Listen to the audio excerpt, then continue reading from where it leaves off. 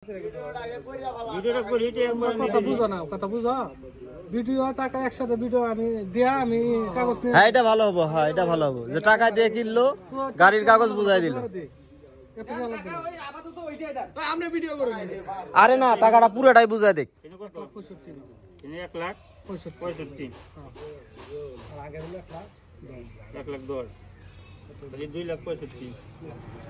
1,10,000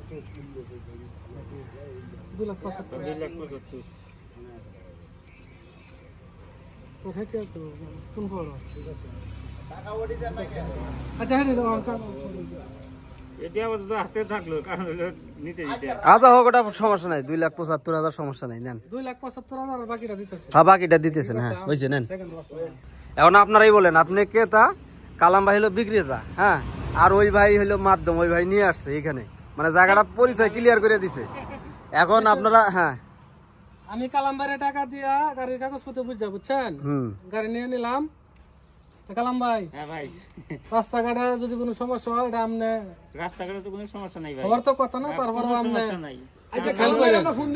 কাগজপত্র তো আমি নিয়ে নিয়েছি, কাগজপাতি এ টু জেড সবকিছু আপনি বুঝাই দিলাম। রাস্তাঘাটে সমস্যা কি? আমি রাস্তাঘাটে ওইটা বলে নাই, মানে আমি যে নিয়ে যাইতেছি যদি পুলিশ প্রশাসন ই করে আমি আপনার ফোন দিলে আপনি আমার হেল্প করেন। এখন আমি কথাটা আপনি ক্লিয়ার করে বলি, রাস্তাঘাটে দুর্ঘটনা ব্যতীত কেউ যদি ট্রাক্টরের দাবি করে, হ্যাঁ সেটা কালাম ভাই দিতে বাধ্য। আমি ওইটাই বলছি, অন্য কিছু না না, রাস্তাঘাটে এখন যে একটা অ্যাক্সিডেন্ট হইলো, এটা তো আর আপনারা তাই না, এটা আপনারা তাই না, না না না সেটাই কোনো বিপদ করি সেক্ষেত্রে আপনি তাই থাকবেন। মানে আপনার কাছে কেউ যে কয় ভাই যে গাড়ি কাগজ দেন, গাড়িটা কালাম ভাই না, গাড়ি আমার, তাই না আমার কাছে আপনি দাবি করতে পারবেন। আপনি কেউ যদি না কয় আমি লিখিত নিই, লিখিত নেয় নাই, আমি ভিডিওর মধ্যে বলে দিচ্ছি লিখিত নেয় নাই, গাড়ির প্রথম মালিকের নামে আছে, আমরাও গাড়ি লিখে এনে নেই। আমরা এই যে ভিডিও করে নিতেছি, এই ভিডিওটাই হলো লাস্ট ডকুমেন্ট, আর গাড়ির যে মূল কাগজপাতি, এই যে মূল কাগজপাতি হচ্ছে এটা, কথা বুঝছেন।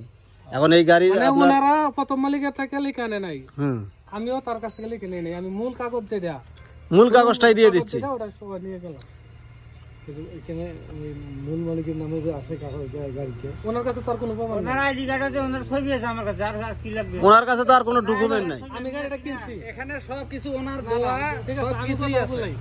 আমি কিন্তু গাড়িটা কিনছি, উনি আমার কাছে বিক্রি করছে, ওনার যে মূল মালিকের যে যত ডকুমেন্টস আছে সব কিছু এখানে আছে, ওইখানে আর ডকুমেন্ট নেই, কিছু নাই, ওর কোনো কিছু নাই, না না সমস্ত।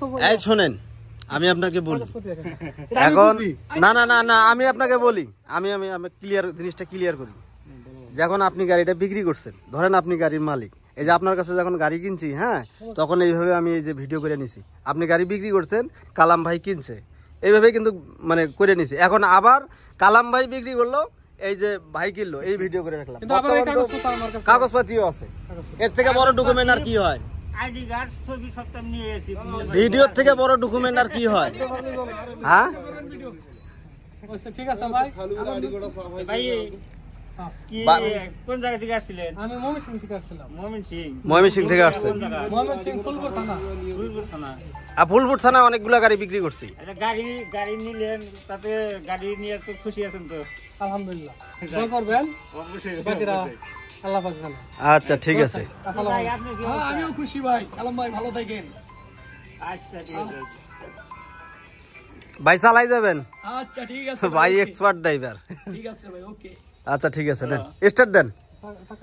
এই চাবিটা, হ্যাঁ ভাই গাড়ি উপরে উঠান, নেন গাড়ি স্টার্ট দেন। এটা পিয়ে পাইবে আর সাইরা দিব, এটা নেটে থাকবে, এটা ফেসবুকে থাকবে, ইউটিউবে থাকবে, আমি তো ভাই আমনে এবং টিকটকে থাকবে, কোনো জায়গায় বাদ থাকবে না। আচ্ছা ঠিক আছে।